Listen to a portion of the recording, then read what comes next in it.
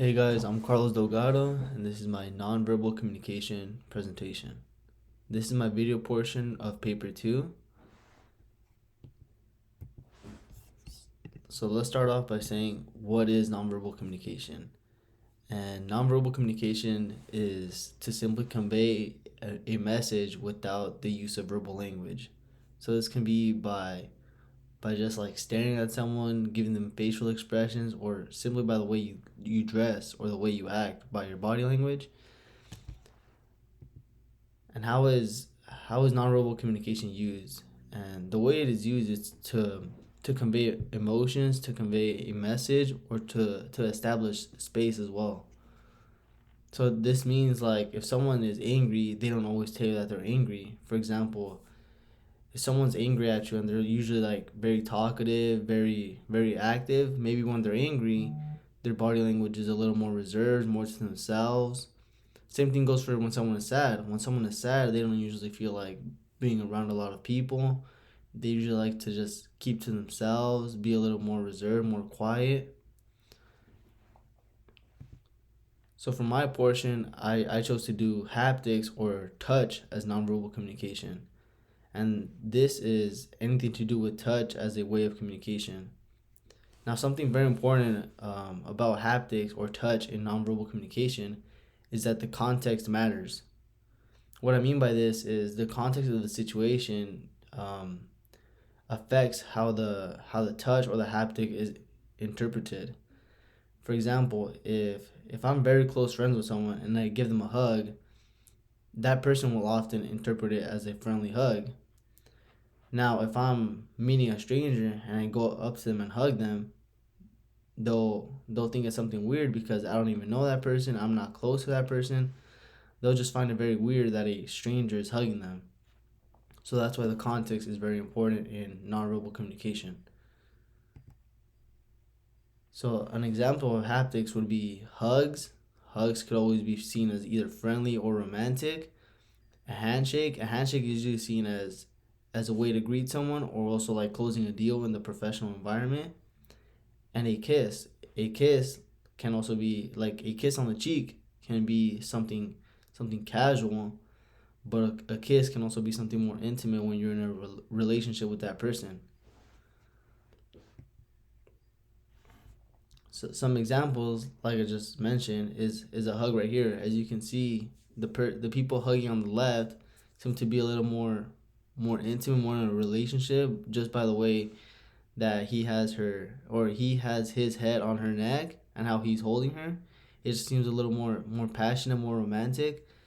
And then compared to the other side, where you can see an older woman hugging a young girl, and that just seems a little more friendly, more like your family, and she's just trying to like convey some emotion to her, to just let her know that she's there for her.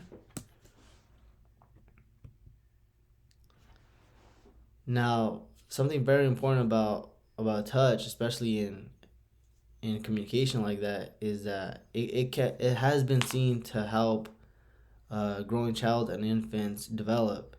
According to a study by Tactile Stimulation and Consumer Response, touch increases a child's mental functioning as well as physical health. It has been found that babies who have been given plenty of physical stimulation by their mothers has significantly higher risk than receiving less contact. Now, what this means is that those babies who received that touch and care from their mother were able to mentally develop better than the babies who didn't. So this just goes to show how important the touch is, and it's not just like being able to flirt, not just being able to touch someone, not just the aspect of being physical, but the emotional and psychological effects of it. So here's another example. As you can see on the left, it's more of a friendly kiss. The picture on the left shows a man giving a friendly, what you would call a friendly peck on the cheek. And then compared to the picture on the right, which seems a lot more romantic and a lot more intimate, just because he's holding her, he's giving a kiss on the mouth.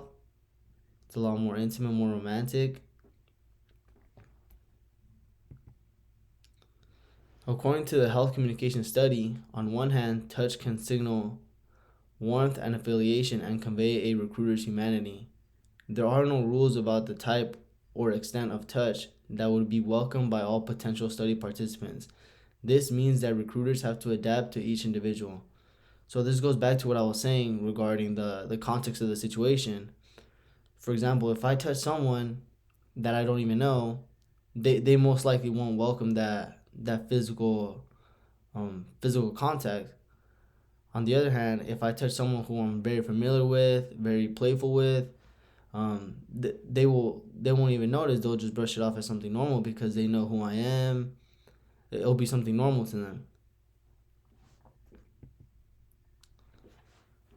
Another study that was conducted by Tactile Stimulation and Consumer Response, the article adds that consumers who experience physical contact from the sellers often seem more willing to buy the product because they get a real sense of comfort and trust.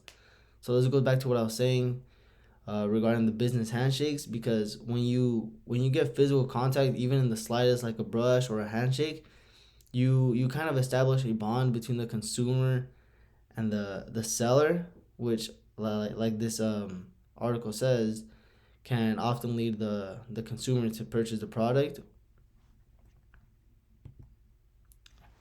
In conclusion, touch is one of the most important manners of nonverbal communication.